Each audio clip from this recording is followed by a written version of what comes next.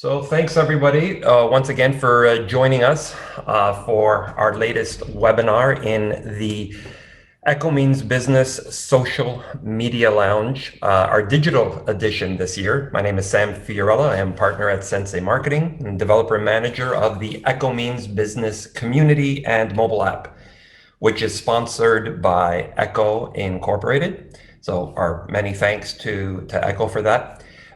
For those of you that are new to the community, Echo Means Business is a brand neutral community and website whose goal it is to help green industry pros grow their business through pro-generated content, networking, and mentorship. It's about, for the pros, by the pros, essentially. Last year, we were fortunate enough to be able to partner with GIE and Expo to host the first live social media lounge where we did a lot of these interviews. Unfortunately, we were not able to be in Louisville this year. It's a sad thing, or we'd all be there right now. So we decided to get together and do this digitally.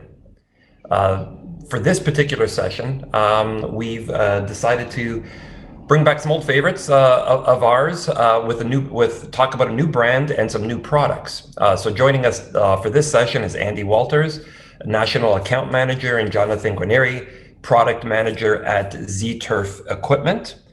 And I've also thrown in one of our UAG Council members, and that's Mike Bedell, who's joining us as our resident pro that we thought would add some value to the questions and answers that we have here with these guys. So welcome, everybody. I'm going to start with some questions, but before we do that, for those joining the attendees, I want to make sure that we just get a couple of house rules done and some housekeeping. First things, guys, you're all on mute, which is good. You have the opportunity to chat with each other in the chat button. So there's a little chat icon at the bottom of your screen. If you click that, you'll see it. Just make sure that when you're posting in the drop down under the to, it says to all panelists and attendees. Otherwise, the other attendees won't see it.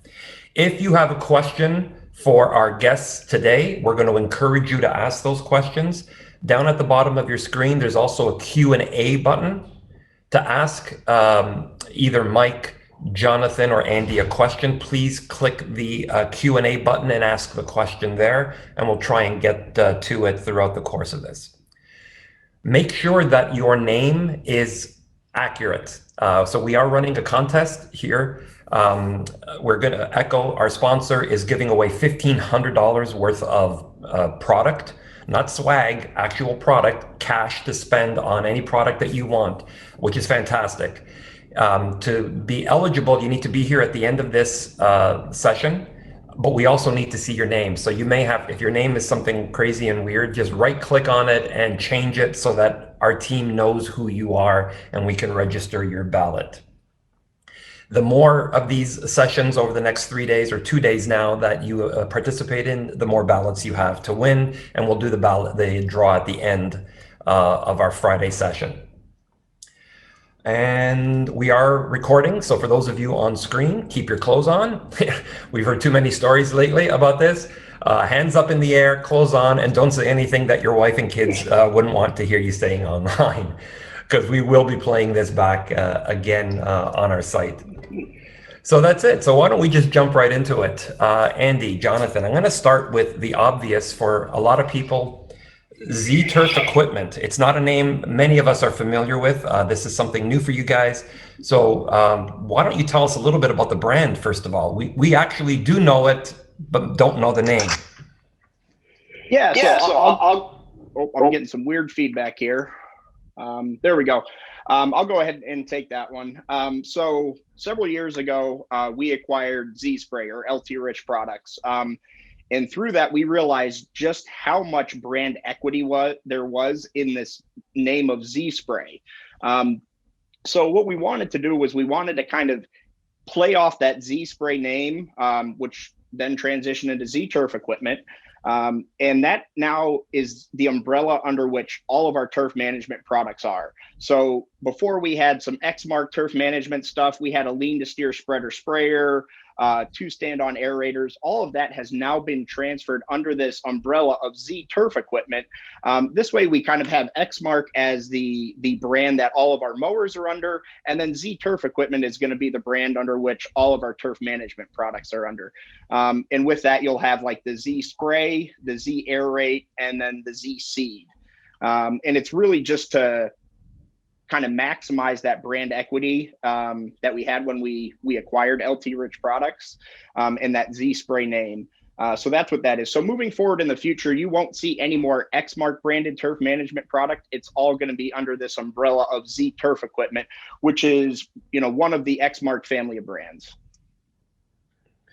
So did you, I'm curious, I'm gonna veer off from our questions for just a second, because yesterday we did our kickoff with Chris Kaiser from OPEI, and heads up the GIE Plus Expo show. And one of the things that we talked about in that session was the importance of the backyard, and how the backyard is becoming the new central area of our lives, right? It's our kitchen, it's our school for our kids, it's our social space now, because we can't get into the restaurants, the bars, the work, the classroom. And so there's a renewed importance on, I guess, managing that space. Did any of this happen to play into your decision to go into, these products and build out this line of lawn or of landscape products, or did that just happen and it's a happy coincidence, like you guys had already been down that path? Yeah, it's a very happy coincidence. The decision to kind of start this new brand of Z Turf Equipment was actually made probably well over a year and a half to 2 years ago. And it just coincided very well with kind of what's going on in the world and in the industry. And really what we wanted to do again was play off the strength of that Z Spray name. But we think it also helps on the Exmark side, because the Exmark brand really gets to focus on that one thing we've done very, very well over the years, and that's make great commercial mowers. And we hope to do the same thing with the Z Turf Equipment brand, that'll now become synonymous with the number one brand of turf management equipment. That's fantastic. Well, good luck with that. We're all definitely going to be watching. And on that note, there's a lot of opportunities in 2021. And I started this session, when we first started planning what we're going to be doing and what we're going to be talking about, we were thinking that 2020 was really going to be a screwed up year and everybody was going to be losing their shirt. And that we're going to be here talking about how to save the industry and how to make it better next year. But as it turns out, 2020 has been really good for a lot of people in this industry because of that importance of the backyard. And even people like me that have been forced to stay home, I'm not actually getting out there and doing anything. I'm still paying somebody to come in. And in fact, I paid more to have them fix up my backyard space because I needed that space even more than I have in the past. So I wanted to get your take from your experience. What's the state of the industry right now? The green industry in general as a result of this pandemic, and how has your business been affected? Well, Sam, one of the things that seems real familiar, or 2008 when the economy went bad, there was a lot of people who were afraid of losing jobs and things like that. But the homeowners really put a lot of stock in taking care of their homes. We noticed an uptick in lawn care. We went right through 2008, 9, 10 with selling even more Z Spray product because it was such a labor saving item. So one of the things that I feel like is similar to this pandemic we're having now with labor shortage, there's a lot of people trying to automate their business and have a machine that's quicker. They can get the lawn done faster and keep a happy employee. So it's that part of it seems a little bit familiar with 2008. Yeah, I got to say I'm pleasantly surprised at how well most people in this industry seem to be doing. I was really concerned about what we were going to be facing, especially without a GIE this year, where you can actually see people face to face and talk about that.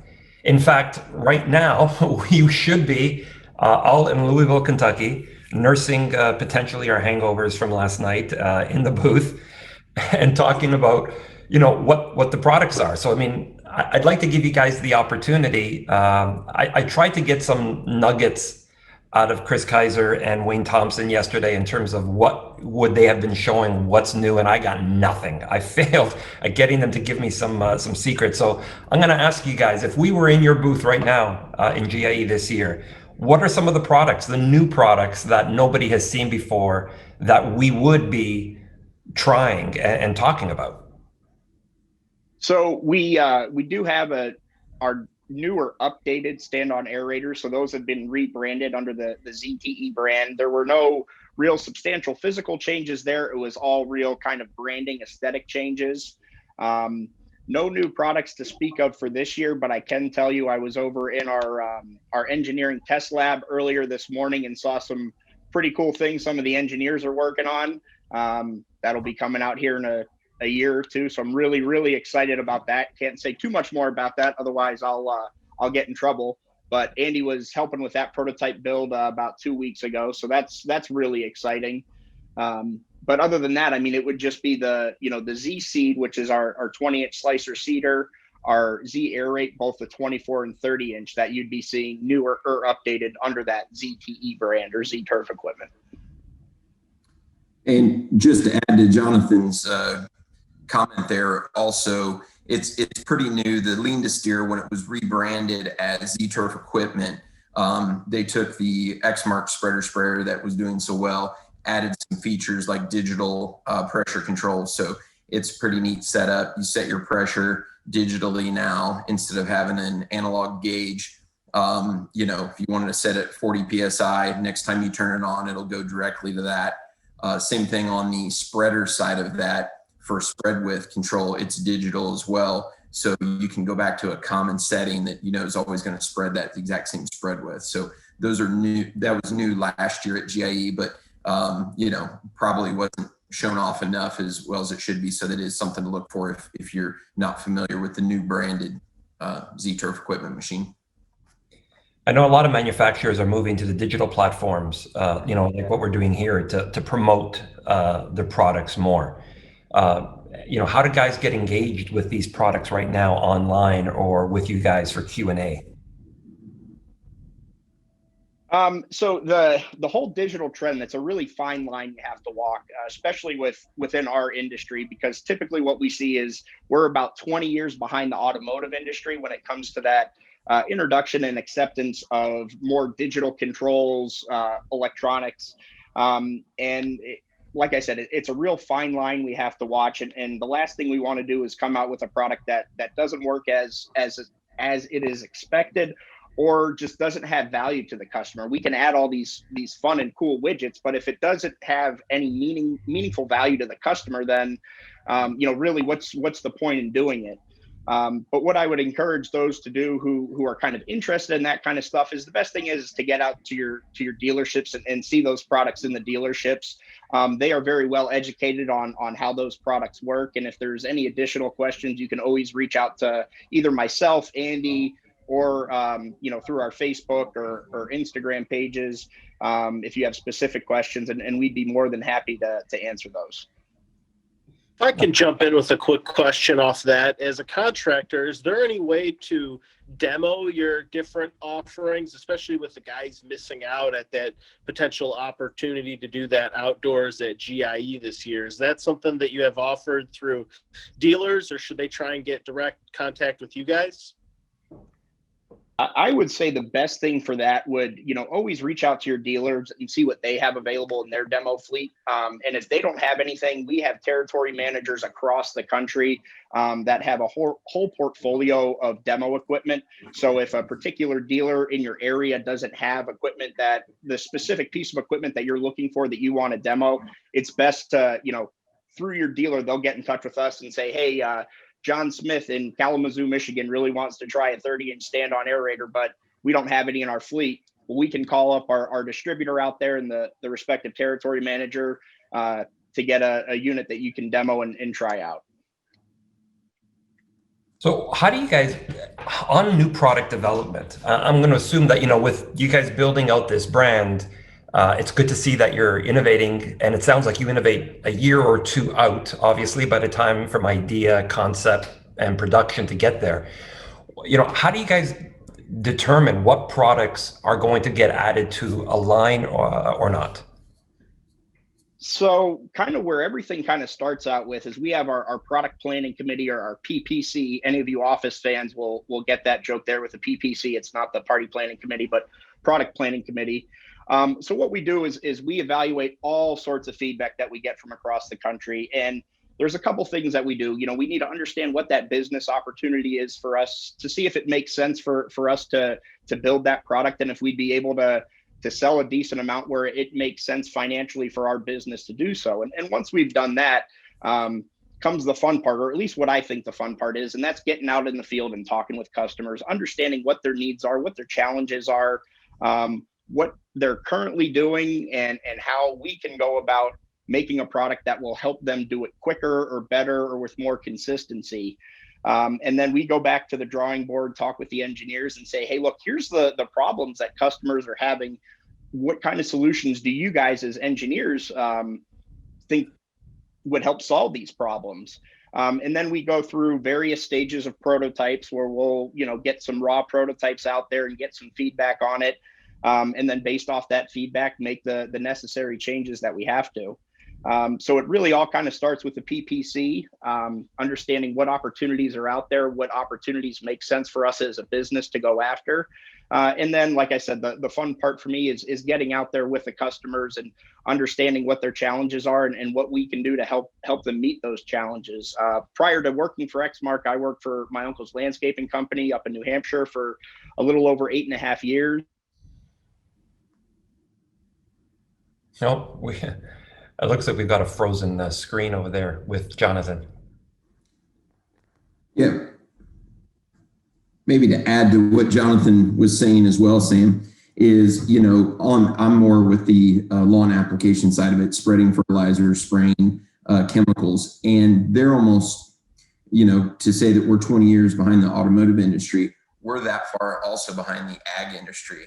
When you think about the farm equipment out there, it meters parts of the property that need more fertilizer, more lime. They've got sprayers now that are all ran where the farmer just runs to the end, it turns around and comes back. We still have lawn care industry where a guy's dragging a 125-foot hose in 100-degree weather, spraying a lawn, and then he has to follow that up with push and a push spreader. So one of the things that, is slowly adapting is the use of ride-on spreader sprayers. So that industry, 15 years ago, everyone was still dragging hose. The industry wasn't as large, but now everyone seems to want to have a perfect lawn.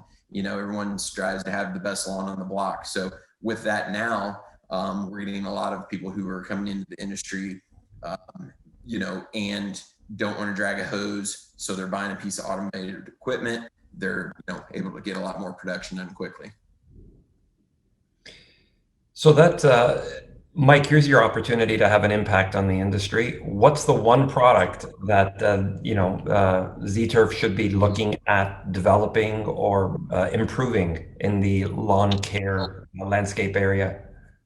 Well, I'm a Z-Spray owner myself. I've had one for 10 years. Actually, I ordered it from Andy at a trade show like 10 years ago, and the thing's still a tank. And so I've been eyeing up, because eventually I'm going to have to replace it with the newer one. You guys have made a ton of advancements onto it, and I'm not going to lie, I perked up when I heard digital versus analog on some of the stuff, because it seems like you can really fine tune the calibration. So I think it's just continuing to make things easier to use. I know as a contractor, any of the kind of fear on my end is you could try and do the best job possible, but if something's off in a calculation, you're not going to get the results that's expected of you. So the more, I hate to say this, but more idiot proof that you can make anything. We run to that with technology anyway all the time, trying to make our lives easier. So I think that's, you guys are probably already a little bit ahead of the curve on that. It's just continuing to follow that path and listen to the feedback of contractors. And to be honest, I'd imagine you guys are up against it a little bit because there's just so many different areas of the country that kind of tackle the turf maintenance solutions differently. Just different types of grass and stuff, obviously. So you guys are up against it with that, but you still seem to stay ahead of the curve. So I think it's just keep doing what you're doing, to be honest, and keep innovating and leading the industry. I know I've been enjoying the offerings myself, so keep it up. Sure. And that's great to hear that you've still got your 10-year-old machine. And that's one thing that we did build such a good machine. And with it being all stainless steel, guys just continue to run these all the time. And, even 20-year-old units, a guy will call and still looking for a part for it. And it's like, you still have that? And they do, and they're still out and going. But, to your point, one of the things that we have to do is kind of walk a fine line with technology is, you can get it too over the top to where it's not user friendly for everyone. So you got to kind of have a balance there of what's too much technology and what's not enough. So, over the years, we've tried to get better and better, to your point, on calibration. How fast are you going? What pressure are you at? What size tip do you have? All of those things just, continue to get better. And we do need to make it easy for you to be able to hire a guy so that you don't have to be the one out spreading. You can have a guy do that for you. Yeah. Well, that focus on technology maybe leads me to the last question or the next question, which is there is a big, again, going back to GIE plus Expo, where we're supposed to be right now. Over the last number of years, there's been a heavier trend towards technology.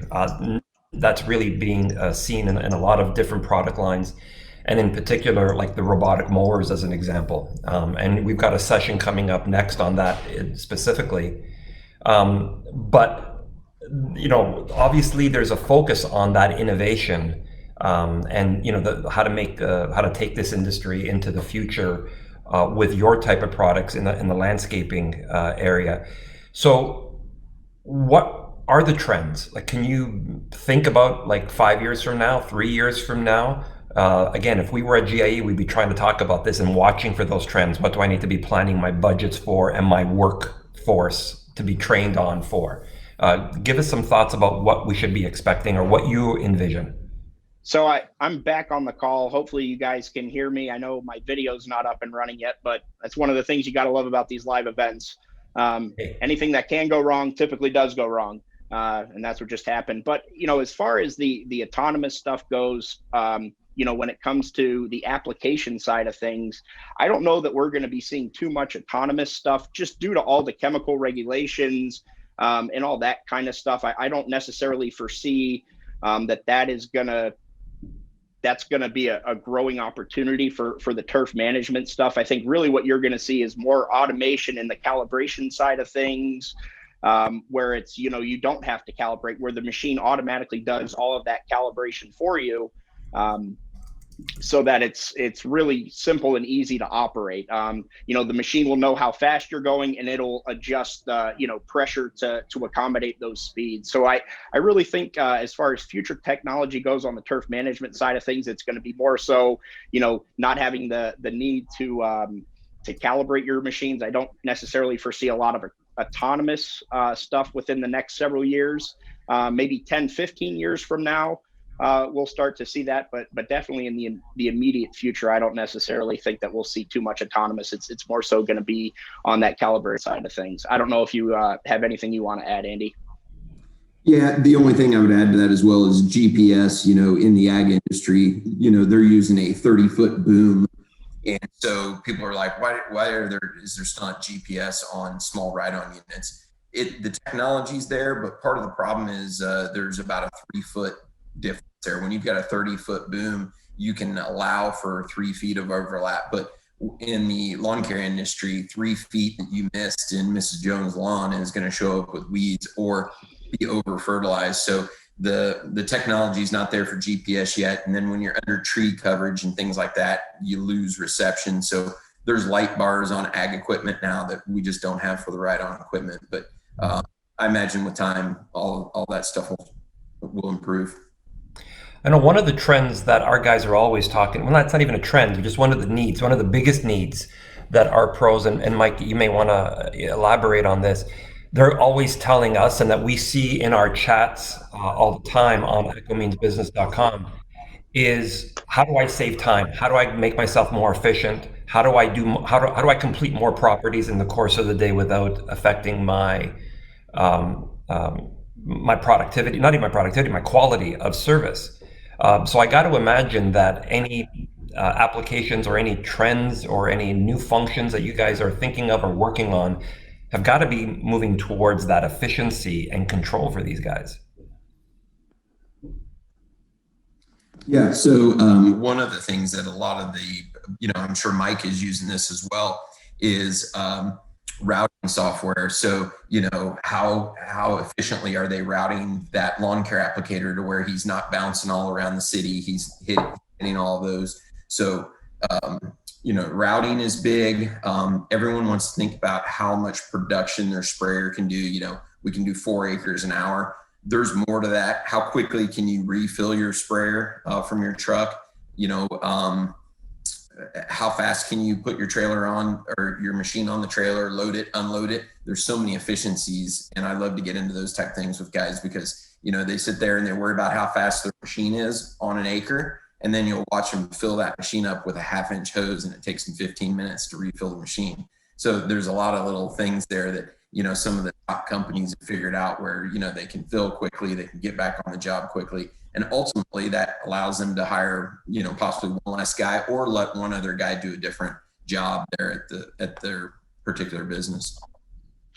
Yeah, I'd second that. It goes beyond just the machinery. You can have a real efficient piece of machinery, but if you're taking all this time strapping it down and unstrapping it, and not maybe looking at different ways to do that and be just as safe, it's like you're throwing some of that efficiency out the window. And you got to look at it from all angles. It's not just the equipment; it's the route density, and like you said, with the software, or even the products that you're putting down in terms of maybe being able to get longer control on things, and maybe being able to take on more work so you're not having to cycle back so many times.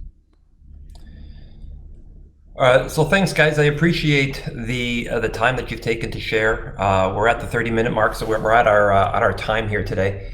If you guys that are watching or listening to any part of this on Echo Means Business or the mobile app where we'll be sharing the video, you want to check out more from Z-Turf Equipment. The website is and that's Z for the Canadians in the audience, just the letter, z-spray.com.